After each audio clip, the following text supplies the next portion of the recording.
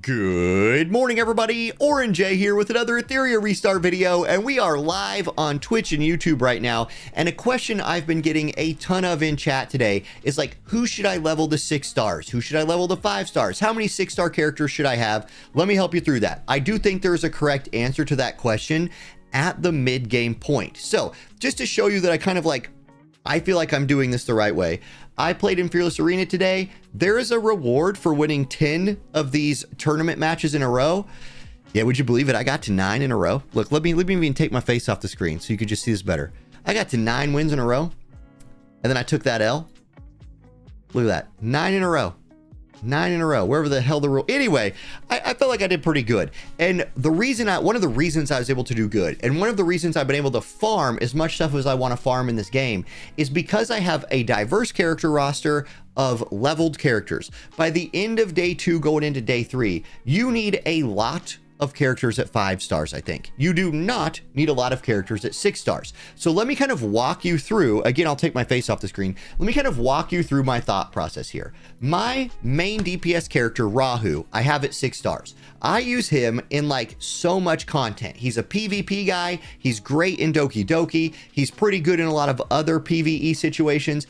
I made him 6 stars because ultimately you do need to do damage to the enemy, but I'm letting him level naturally from 1 to level 50 after I 6-star him. I'm not going to come in here and throw all my EXP books at him just to push him to 50. So take a character that's like your main carry to 6 stars. I'm going to, in this video, 6-star my second character. It's going to be my like very generic second DPS. Now, what do I mean by that? You need a character that's like, that you put a lot of resources in, that you take from fight to fight.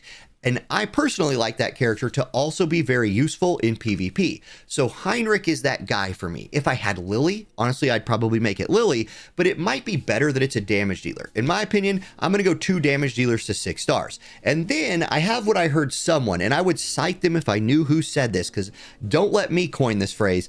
Then you want a 5-star army. So the rest of my account, Mio, Lingluo, Freya, like support, damage dealer Chiata for Doki Doki, support character, damage dealer Leon for Terramaton, damage dealer Rosa for when I need water element damage, Dinah for doing debuffs, Doki Doki for more supporting if I need it. That whole roster right there is my 5-star army. So my 5-star army just allows me to have invested in characters enough to tier up their base stats. And I'm going to show you what that looks like. So look at this Heinrich for a second. I'm about to take him to 6 stars. Like, I'm going to do it live in this video right now. He's currently at these base stats that you see on the screen. Notice in particular his speed at 117. Heinrich is a character you can build for speed or damage, and it might behoove me, honestly, like if I didn't just love Heinrich, I might consider doing this to a Mio or something like that. But let me just show you what I'm talking about. When you actually do this star upgrade, watch what happens to his base stat, particularly watch the speed. So star upgrade, speed is going to go from 117 to 122. So he's going to gain 5 base speed, boom, like that. His base attack's going to go way up, his base HP, his base defense. We're going to get to do that. Now I got to craft a red one here.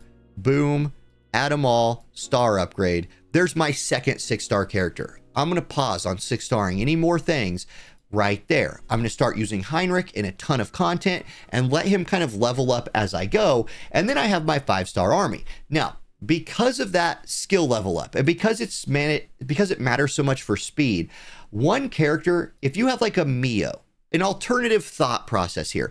If you have somebody like a Mio, or you have somebody like a Freya right here, a character that you use all the time in PvE and PvP that you really want to be your character that goes first, they are also decent considerations for your first or second 6-star, because I'll tell you right now, in Fearless Arena tonight, I won and lost so many I won almost all the matches because I had 2 characters that I had built over about 225 speed into, something like that.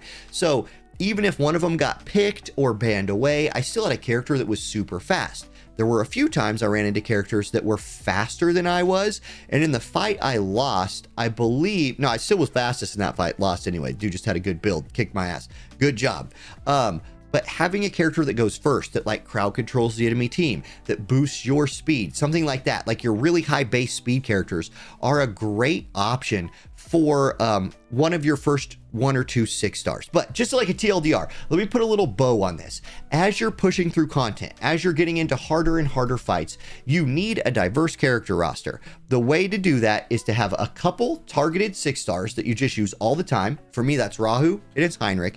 And then a 5-star army of diverse element characters that you're using to clear things. At this point, there's not going to be a ton more characters that I start leveling. Beyond 10 is probably my next 5-star character to add to that army. Or if I want to go more PvP focused, I could look at a Veronica, somebody like that. That's how I think you should build your characters. So let's end this video with a poll. Let's do a little polling to end the video here. Boom, boom. Another character I got was Leon, and people ask, or question I got was Leon. People ask if you should reset her. I'm not going to. So she's my main Terramaton damage dealer still. All right, 10 pull. Let's do it. And okay, we'll start right here. We're going to pull Lily right now. This is a Lily pull. We're nowhere close to pity. We're at 71 away from pity. Here it is. Go yellow. Purple. I mean, honestly, for a single pull, you'll take a purple. Who'd I get? You don't want Dorothy, though. That's kind of a miss. Okay, swing and a miss there. Permanent summon. How far away we are from pity? 67. All right. The characters that I want, there's really 2. I want Shadow Sonya or Lily. I'd take a Messiah as well. Boom. I'd take a Messiah as well. It's going to go purple. Shoot. There's a couple characters I don't have. You know what's funny is I still don't have Obel. So maybe we catch an Obel here. Chiaki the Echo. Didn't have her for the longest time. I would have used her too before I went and like had to go pity Freya. I would have definitely been a Chiaki the Echo person. Since we got chat here tonight, chat, we doing one more 10 pull? We 10 pulling again? Let's see what chat has to say about that. Wrath says Scion Storm is, do you think Scion Storm came up with the army of 5? Yeah, that might have been where I heard it. That's a great way. Okay, chat says go for it. You guys see chat? They say pull again. We got 3,400 crystals. Let's pull again. Go yellow, please. Chat's always wrong, guys. Chat doesn't know what the hell they're talking about. Friggin', you know, Valerian. Now what are we at?